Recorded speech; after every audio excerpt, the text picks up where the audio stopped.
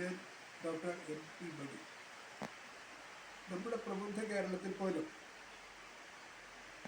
ഈ ആരോഗ്യരംഗത്ത് ഈ പൊതുജനങ്ങൾ ഒരുപാട് പേർ, അവർ വിദ്യാസമ്പന്നരായവർ പോലും കാണും. പൊതുവെ ഒരു രോഗത്തിൻ്റെ പേര് പറയും അവരെല്ലാ രംഗത്തും വാദം. ആർക്കെങ്കിലും സന്ധികളിൽ നീർക്കെട്ടും വേദനയും വരുമ്പോൾ, പെടലി വേദന വരുമ്പോൾ, നടുവേദന വരുമ്പോൾ, എന്തുമൊക്കെ ഇപ്പോൾ ചിലർക്ക് ഈ ബ്ലഡ് ക്യാൻസർ വരുമ്പോൾ, അല്ലെങ്കിൽ ഈ ചില ക്യാൻസറുകളുടെ ഭാഗമായിട്ട് ആദ്യം നീർക്കെട്ടും വേദന വരാറുള്ള സന്ധികളിൽ നമ്മുടെ പൊതുജനങ്ങൾക്ക് ഇപ്പോൾ ഒരുപാട് പേർക്ക് ഇതിനൊറ്റ പേരേ ഉള്ളൂ, വാദം. ഇത് ഇവിടെ ഒരു വലിയ പ്രശ്നമാണ്. കാരണം ഈ ഒരുപാട് രോഗങ്ങൾ ശരിയായ രീതിയിൽ വേണ്ട സമയത്ത് രോഗനിർണയം നടത്താനും ശരിയായ രീതിയിലുള്ള ചികിത്സ വേണ്ട സമയത്ത് ആരംഭിക്കാതിരിക്കാനും ഒരുപാട് പ്രശ്നങ്ങൾ ഉണ്ടാകാറുണ്ട്. പ്രത്യേകിച്ച് ഈ റൊമാറ്റിക് ഫീവർ എന്ന് പറയുന്ന കാര്യത്തിൽ. കാരണം ഈ കുട്ടികൾക്ക് തൊണ്ടവേദന വരും, കുറച്ച് കഴിയുമ്പോൾ ഏതെങ്കിലും കാലിൻ്റെ മുട്ടിൽ നീര് വരും. ഇതൊക്കെ ഇതുപോലെ ഒരു വാദമാണ് എന്ന് പറഞ്ഞ് എന്തെങ്കിലുമൊക്കെ ചെയ്ത് കൈകാര്യം ചെയ്യും. അത് തൽക്കാല ആശ്വാസം കിട്ടും. പക്ഷേ കുറച്ച് കഴിയുമ്പോഴാണത് കുട്ടിക്ക് കിതപ്പ്, ശ്വാസം മുട്ടിലേക്ക് വരുമ്പോഴായിരിക്കും നമ്മൾ ആശുപത്രിയിൽ കൊണ്ടുവന്നത്. അപ്പോഴാണത് ഈ ഹൃദയത്തിൻ്റെ വാൽവുകളെ ബാധിച്ചിരിക്കുന്നത് ഇത് തിരിച്ചറിയുന്നത്.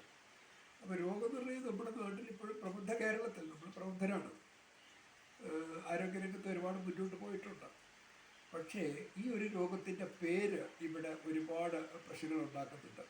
ഇപ്പോൾ കൈകാൽ കഴപ്പ്, വേദന, മരവിപ്പ്, കുട്ടികളുടെ ഈ പിള്ളവാദം എന്ന് പറയുന്ന പോളിയോ രോഗം, ഇതുപോലും ഇവിടെ വാദം എന്നാണ് പറയുന്നത്. അത് ഒരു ചെറിയ വിഷയമല്ല.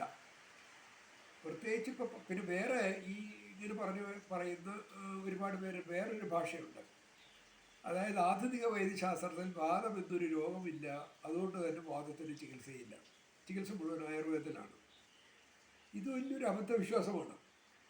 സത്യം എന്താണെന്ന് വെച്ചാൽ എല്ലാ വൈദ്യശാസ്ത്രങ്ങളിലും എല്ലാ രോഗത്തെക്കുറിച്ചുള്ള വിവരണങ്ങളും എല്ലാ രോഗത്തിൻ്റെ ചികിത്സയും പറയുന്നുണ്ട്.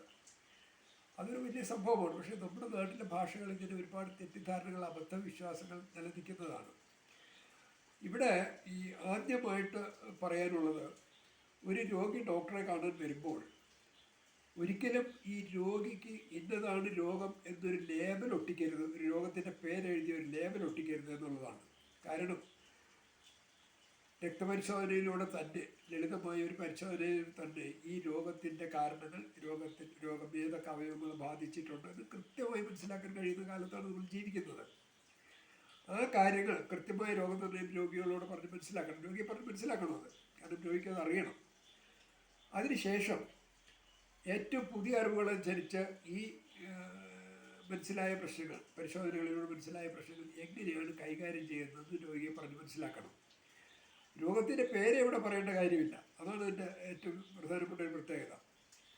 അങ്ങനെ വരുമ്പോൾ അത് പറയാനുള്ളൊരു പ്രധാനപ്പെട്ട കാരണം, ഈ കരളിൽ ക്യാൻസർ വരുമ്പോൾ പ്രധാനപ്പെട്ട രോഗലക്ഷണം മഞ്ഞപ്പിത്തമാണ്. അന്നനാളത്തിൽ ക്യാൻസർ വരുന്നതിൻ്റെ ആദ്യമായി ഒരുപാട് പേരിൽ കാണുന്ന ലക്ഷണം നെഞ്ചരിച്ചിലാണ്. അപ്പോൾ ഇവിടെ രോഗത്തിൻ്റെ പേരിൽ ഒരു ലേബൽ ഒട്ടിക്കാതെ അതിൻ്റെ രസതന്ത്രത്തിൽ എവിടെയാണ് പ്രശ്നങ്ങൾ എന്ന് ശാസ്ത്രീയമായി മനസ്സിലാക്കുകയും ഏറ്റവും പുതിയ അറിവുകൾ അനുസരിച്ച് അത് കൈകാര്യം ചെയ്താൽ വളരെ രസമാണത്. അതിന് വാദത്തിൻ്റെ കാര്യത്തിൽ പറയാനുള്ളത്, പലതരത്തിലുള്ള വാദരോഗങ്ങളുണ്ട്. ശാസ്ത്രജ്ഞർ പറയുന്നത് 100-ലേറെ തരത്തിലുണ്ടെന്നാണ്. പക്ഷേ ഇവിടെ നമ്മൾ ചുറ്റും നടന്ന് 100-ലേറെ തരമൊന്നുമില്ല, വളരെ കുറച്ചേ ഉള്ളൂ. അപ്പോൾ ഇത് ഒരു രക്തപരിശോധന നടത്തിയാൽ ഇത് ഏത് തരത്തിലുള്ള വാതരോഗമാണ് എന്ന് കൃത്യമായി മനസ്സിലാക്കാം. അല്ലാതെ എല്ലാ രോഗത്തിനും വാദം എന്ന പേരിൽ ഒരേ ചികിത്സ കൊടുക്കുമ്പോൾ അവിടെ ചികിത്സ ഫലപ്രദമാവില്ല എന്ന് മാത്രമല്ല, ഭാവിയിൽ ഒരുപാട് സങ്കീർണതകൾ ഉണ്ടാകാനുള്ള സാധ്യതയുണ്ടാകും. അപ്പോൾ രോഗനിർണയം കൃത്യമായി നടത്തുക, ഏറ്റവും പുതിയ അറിവുകളനുസരിച്ച് ചികിത്സ ചെയ്യുക, ഈ രണ്ട് കാര്യങ്ങളും രോഗിയെ പറഞ്ഞ് മനസ്സിലാക്കുക. ഇങ്ങനെ സംഭവിക്കുമ്പോൾ പ്രധാനമായി സംഭവിക്കുന്നൊരു കാര്യം, ചികിത്സാ പിഴവുകൾ എന്നൊരു ആരോപണം ഒരു രോഗിയുടെ ഭാഗത്തുനിന്നും ഒരു വീട്ടുകാരുടെ ഭാഗത്തുനിന്നും ഉണ്ടാവില്ല. മാത്രമല്ല, രോഗികളും ഡോക്ടർമാരുമായുള്ള ബന്ധം വളരെ ദൃഢമാകുകയും ചെയ്യും.